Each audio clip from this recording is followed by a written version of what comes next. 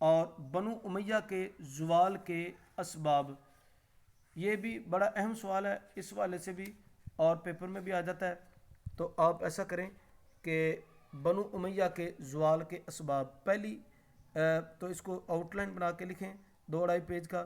خلافت اسلامیہ کی بادشاہت میں تبدیلی ایک سبب، سانحہ کربلا دوسرا سبب، ولی عہد کے نظام میں بدعہدی تیسرا سبب، قبائلی اور نسلی عصبیتوں کا ظہور، بنو ہاشم اور بنو امیہ کی قدیم آویزش، موالی غیر عرب مسلمانوں کی ناراضگی، ایرانیوں کی عربیوں کے ساتھ دشمنی، ظالم گورنر، اخلاقی زوال، بزرگان دین کے رستے سے ہٹ جانا، حکمران طبقے کی نااہلی، یہ چند ایک وجوہات ہیں جو بنو امیہ کے زوال کا سبب بنی۔ تو آپ نے دونوں ویڈیو بغور سے سماعت کرنی ہے اور اس کے مطابق آپ نے پیپر کو حل کرنا ہے۔ والسلام مع الاکرام۔